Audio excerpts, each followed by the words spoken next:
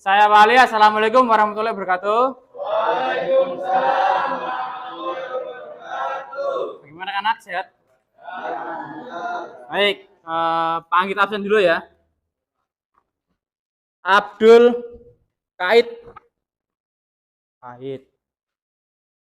Ahmad Fadil. Ahmad Farel. Ahmad Rafi. Aditya. Keluar, ya, baik. Ahmad Arju. Alfi Oktavia. PMR. Andreas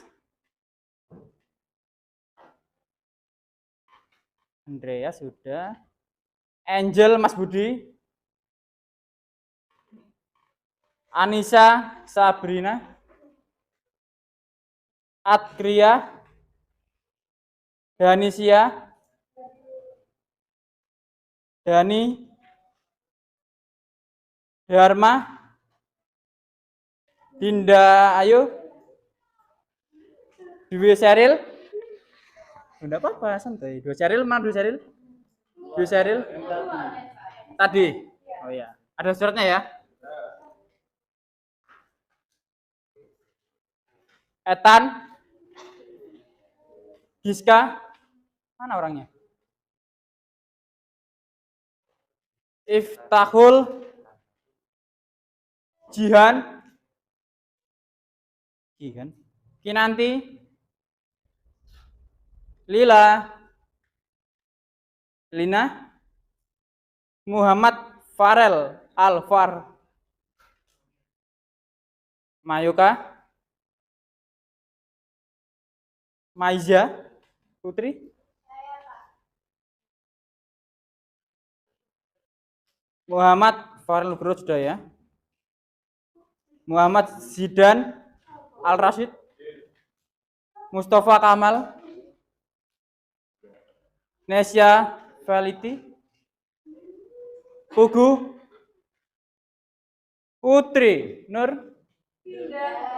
Pindah sekolah. Wah, sayangkan sekali. Rahma. Materi yang lalu kalian sudah menggambar bentuk toh? Sudah?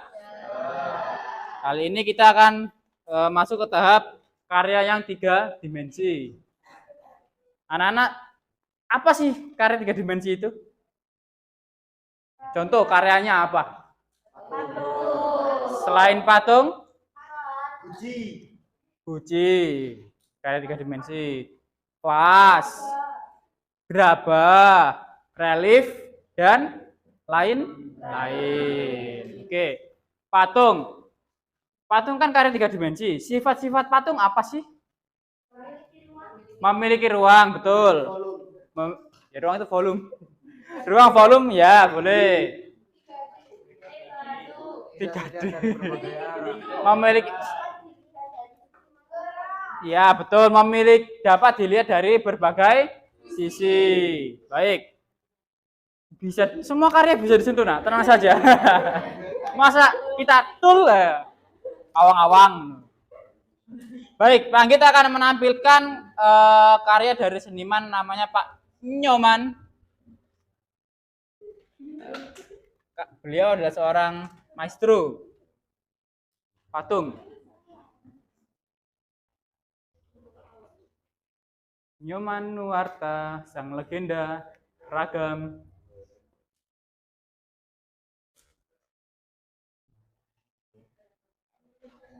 Oh ya, belum dicolok ya. Speakernya sudah nyala ini? Sudah. Oke, kita mulai.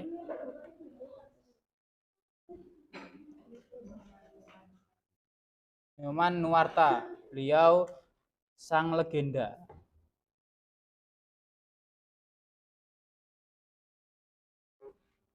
Man behind the scene. Ini dia sosok di balik mahakarya Garuda Wisnu Kencana, Pak Nyoman Nuwarta. Nah, seniman kelahiran Bali ini memang layak banget nih disebut maestro patung. Selain GWK, ada lagi beberapa masterpiece Pak Nyoman yang epic. Sebut saja monumen Jalan Baja yang lain di Surabaya, atau Monumen Proklamasi di Jakarta. Nah, kalau GWK sendiri, kira-kira apa sih konsep dari patung Garuda Wisnu Kencana ini, Pak? Buat saya itu membangun patung, ya, terutama GWK itu, satu, sekarang begini. Dahulu saya membuat bisnis plan-nya, patung itu, paman itu akan dikunjungi oleh 5.000 orang. Saya presentasi di DPR diketawain. Mana mungkin katanya.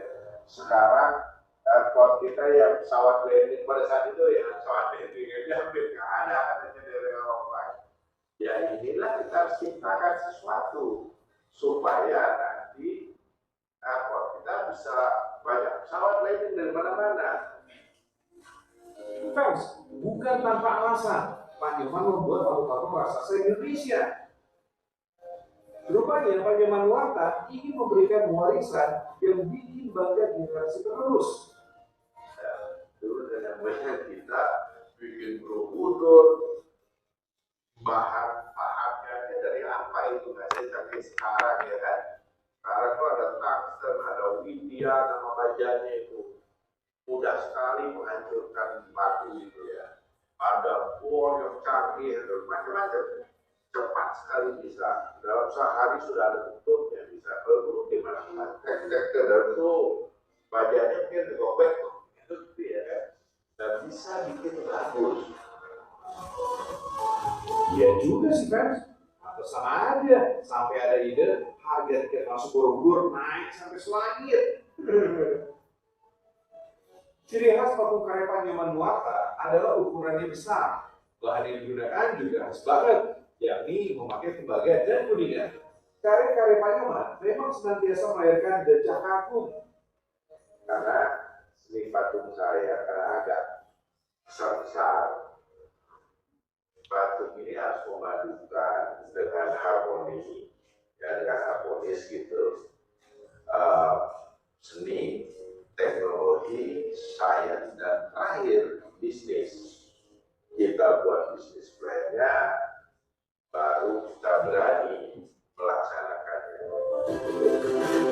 Karya-karyanya tidak muncul begitu aja fans. Manis pahitnya dunia seni telah kenyang Pak Nyoman alami. Beliau sendiri sudah mulai membuat patung sejak tahun 1973. Artinya, beliau sudah berkarya lebih dari 50 tahun. Wah, amazing ya fans. Karena bisa. Kita nge-print aja harus ke Singapura tuh. Ya, tahun 70-an itu ke sana. Saya punya biro arsitek dari tahun 76 ya. Wah, bikin itu manual semua. Bikin grafik manual nggak ada. Kemajuan teknologi memang membuat Pak Nyoman Nuarta jadi leluasa menuangkan idenya. Kehadiran berbagai aplikasi modern dimanfaatkan betul oleh Pak Nyoman untuk membuat karya yang fenomenal.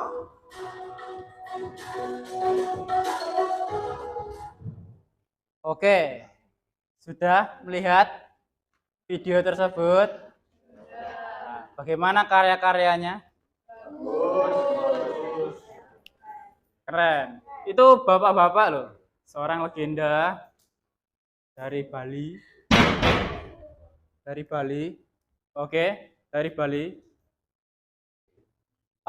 Beliau ini kan juga seorang pematung. Jadi Pak Anggit akan menjelaskan tujuan pembelajaran hari ini. Jadi kalian akan mempelajari sebuah teknik, menganalisis sebuah teknik patung, pembuatan patung, ya, dari awal sampai nol, dari nol sampai akhir. Maksudnya dari semangat Pak Nyoman kalian bisa mengambil apa ya, makna di mana patung itu prosesnya tidak langsung jadi, harus ada tahapan yang terstruktur. Jadi ada yang namanya business plan juga, dan tekniknya juga fungsional, tergantung alat dan bahan. Baik, bagaimana? Ada pertanyaan? Tidak? Yakin? Oke, kalau begitu akan Pak Anggit jabarkan langsung LKPD-nya, tak berikan sekarang. Ya. Di sini ada LKPD, panggil jelaskan ya. Peserta didik membuat kelompok. Di sini sudah buat kelompok? Sudah kumpul satu kelompoknya? Oke. Membuat satu kelompok berisi 6 orang dalam satu kelompok. Peserta didik mulai menganalisis proses dan teknik pembuatan patung. Sumbernya bebas, boleh dari video YouTube, dari artikel, dari TikTok, Instagram, media-media lain bebas ya. Yang poin-poinnya itu harus kalian tulis adalah tahap awal itu apa, kemudian teknik pembuatannya, alat dan bahan yang digunakan, serta tahap akhir atau finishing ya. Peserta didik mempresentasikan hasil analisis di depan kelas, disertakan dengan video. Nanti videonya linknya kasih ke Panggit ya. Oke. Durasinya 5 menit, jangan lama-lama. Peserta didik melontarkan pertanyaan, jadi boleh 1, boleh 2. Pertanyaan minimal dalam 1 peserta didik maju. Kalian boleh bertanya dan ditutup presentasi. Panggit sebarkan ya. Oke, masuk. 1 kelompok 1 lembar kok. Ditulis di secari kertas ya. Aduh. Sip. Dari resin. Tergantung warnanya. Kalau putih apa? Gipsum. Nah, kalau warnanya agak butek ke pink-pinkan itu resin. Kalau coklat berarti nah, iya gitu. Berarti ini gipsum. Gipsum bisa. Gipsum. Berarti memasukkan gipsum ke dalam cetakan. Ya, membuat modeling dari model. Mereplika. Intinya patung itu kan kalian mereplika sebuah karya, mau dari yang sudah ada, kalian replika atau membuat sendiri itu bisa. Itu sih patung itu sebenarnya dalam replika model gitu. Ya, replika model. Betul. Dharma betul. Hebat sekali. Ada itu sudah? Aman. Iya, aman, boleh. Nanti dibagi persentasenya gimana? Ya, Sudah? Sudah.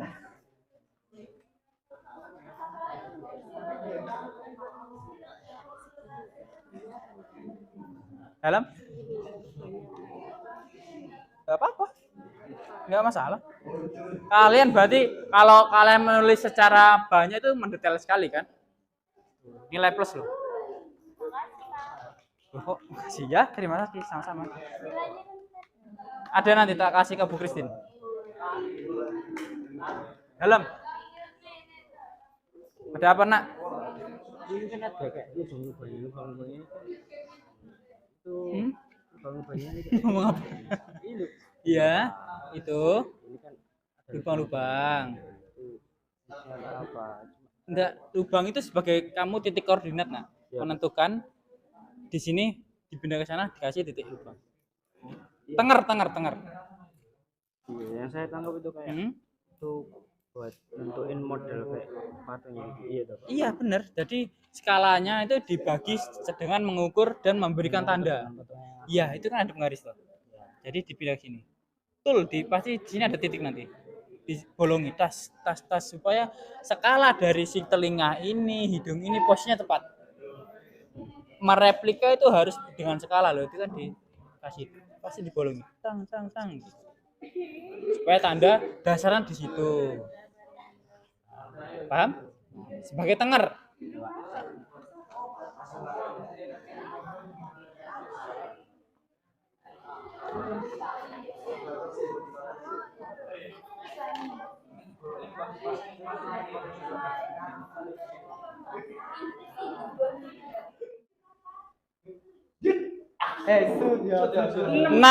Oke, kelompok 6. Aku sih. Ini di antara 2 ini ya.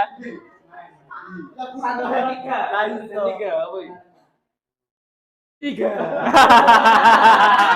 Tepuk tangan. Assalamualaikum warahmatullahi wabarakatuh.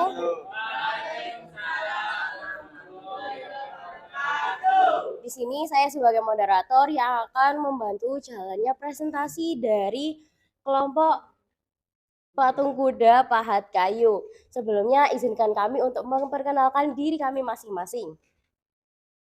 Perkenalkan, nama saya Ahmad Tersurmata Ais, absen 6.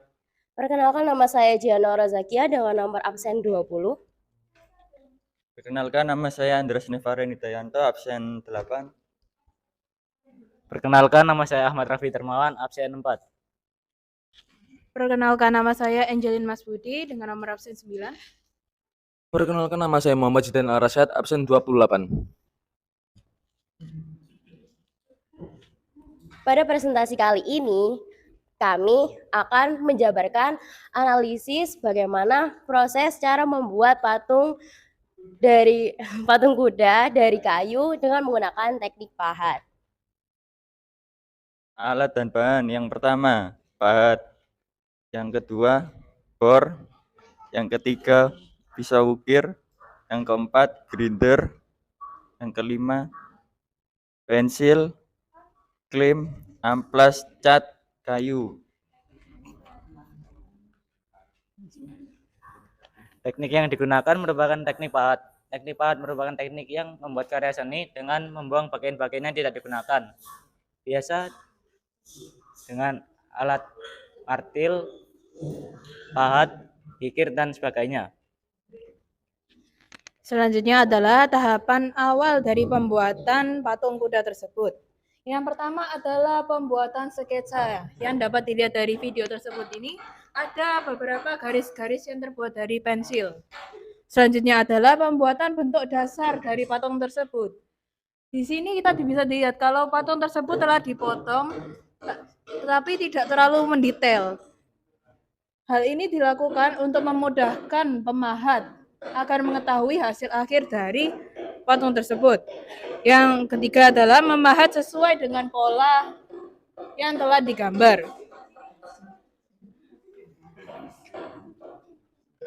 Selanjutnya adalah menambahkan detail. Seperti yang di video, detail yang ditambahkan adalah bagian rambut-rambut dari kuda tersebut dan juga bagian mata dari kuda tersebut.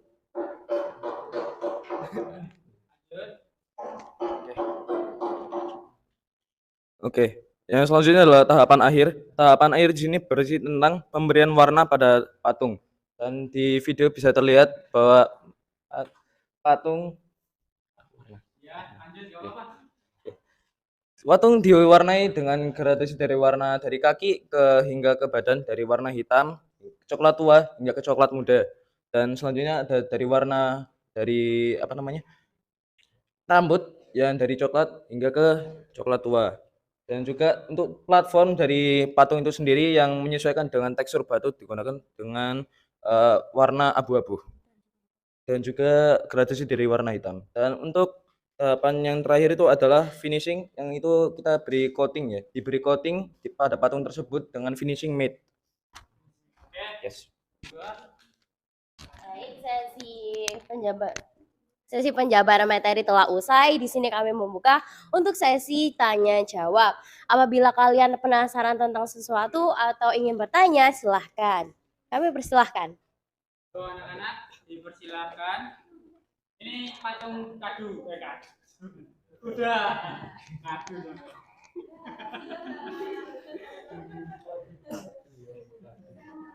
Ya, monggo. Dipersilahkan.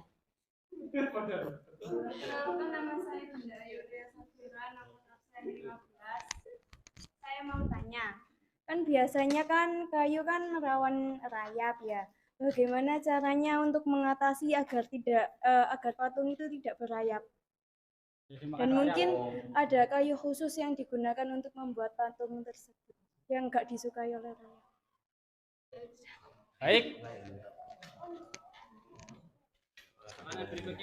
Apakah ada yang mau bertanya lagi?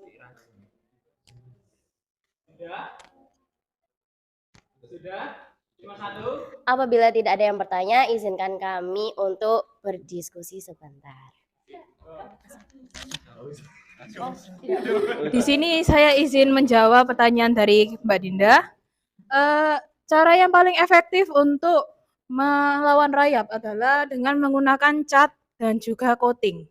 Nah, coating di sana terlihat itu sebagai pelapis pelindung dari kayu tersebut sehingga bisa tahan air dan tahan dari rayap. Gitu. Apakah sudah jelas? Tidak ada jenis kayu spesifik. Tidak ada jenis kayu spesifik. Oke, gini, kita kasih gambaran untuk kayunya. Kayunya biasanya itu jangan pakai kayu jati. Kayu jati itu sangat keras dan sulit dibahas. Biasanya kayu mahoni, kayu yang gembuk, yang mudah diukir. Dan cari kayu yang sedikit akan pori-pori.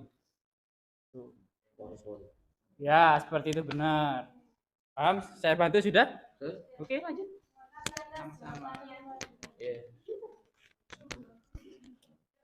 Baik, itulah tadi presentasi dari kelompok kami. Terima kasih kepada yang bertanya dan juga terima kasih kepada Pak Anggit yang telah menambahkan materi. Sekian dari kelompok kami. Apabila ada kurangnya, kami mohon maaf. Wassalamualaikum warahmatullahi wabarakatuh. Oke, hebat sekali kelompoknya. Oke, hebat sekali. Saya beri aplaus patung kuda dan lain-lain juga. Berikutnya kelompok 4. Yang kali juga saya kasih aplaus juga. Semuanya saya kasih aplaus. Kalian semua luar biasa. Kemudian tim berikutnya. Kelompok berikutnya Nak Dharma dan tim apa kalian? Tim Satria. Oke. Apa kalian patung apa? Saya apa ya? Apa tadi? Potret. Potret. Nih, marmer. Potret marmer. Nih. Salah. Ya. Sudah.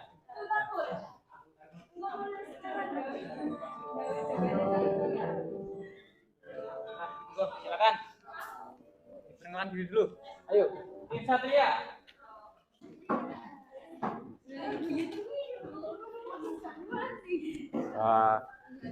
Perkenalkan, saya Dharma Mulyawan Haryanto, absen 14. Saya Etan Winam Suyanto, absen 17. Saya Muhammad Farel Alvarezi, absen 24. Saya Ahmad Farel Sanisakib, absen 3. Saya Ahmad Fadel, absen 2.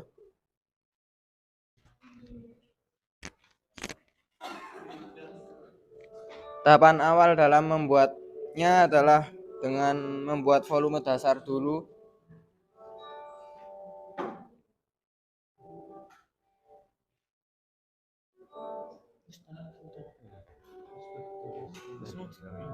Lalu tahapan keduanya adalah membentuk struktur tulang dan otot.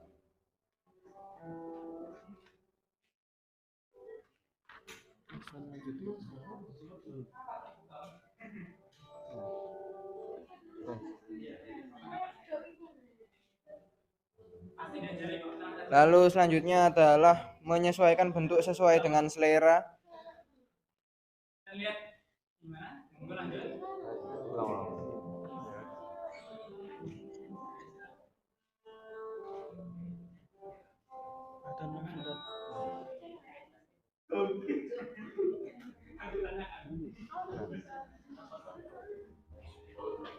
Tahap selanjutnya adalah membuat cetakannya. Membuat cetakan.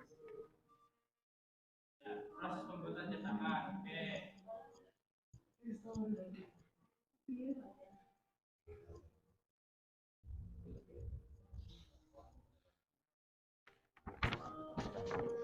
Lalu yang terakhir dalam tahapan awal adalah mereplika model.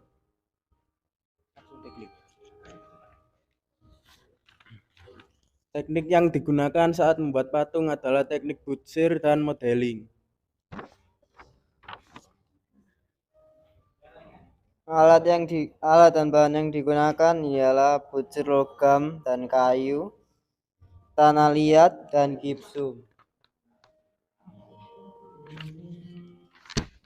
Sementara itu tahap akhirnya ialah mencetak dengan bahan-bahan solid.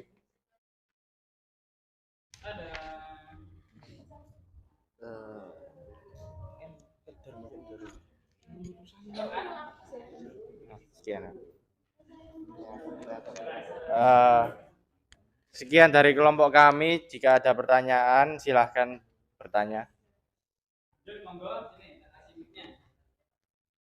Silakan bertanya. Dibuka pertanyaan banyak juga. Saya Giska dari absen 18 ingin bertanya. Untuk patung yang kayak gitu tuh biasanya memakan waktu berapa lama sih untuk membuatnya? Sudah. Ditulis dulu. Berikutnya, banyak sekali pertanyaan dari patung ini karena silakan tadi yang mau tanya kenapa diongkek. Ayo, monggo. Sudah? Ada lagi pertanyaan? Ini tekniknya sangat high teknik. Sudah? Cukup satu? Monggo. Saya akan menjawab pertanyaannya. Untuk kisaran waktunya itu tergantung dari ukuran, volume, sama kayak wajah. Kedetailan wajahnya. Kalau yang paling cepat itu bisa sampai sekitar mungkin 3 jam. Itu pun baru itu bentuk clay-nya saja, masih belum cetakan yang barunya buat membuat kalau misalnya mau dibuat massal. Tapi kalau misalnya yang paling lama itu bisa mencapai berhari-hari. Tergantung sama itunya juga, clay-nya lagi. Sama kedetailan wajah dan lain-lain. Ya. Apakah bisa diterima? Sudah? Sudah? Tidak ada lagi? Oke, cukup. Silakan ditutup. Herman. Sekian presentasi dari kelompok kami. Terima kasih.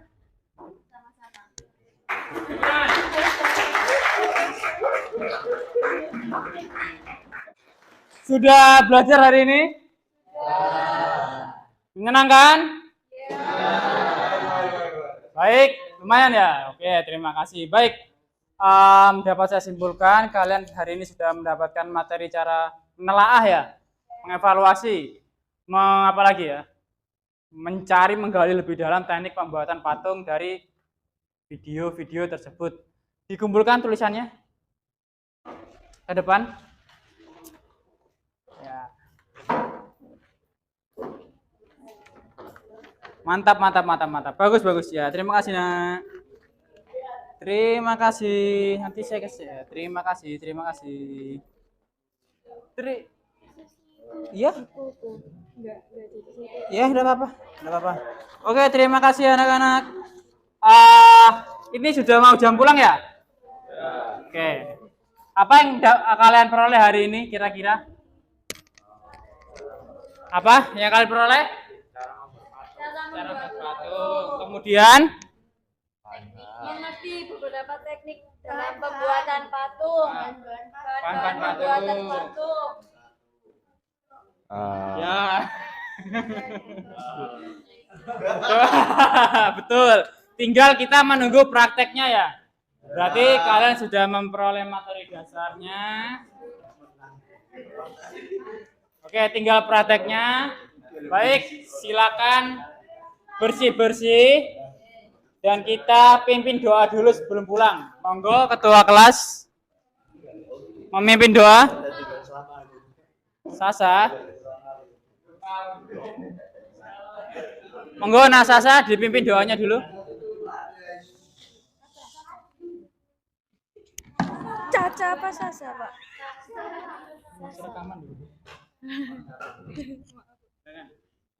Siap gerak, hormat gerak, tegak gerak. Sebelum mengakhiri pelajaran pada sore hari ini, marilah kita berdoa. Berdoa dimulai.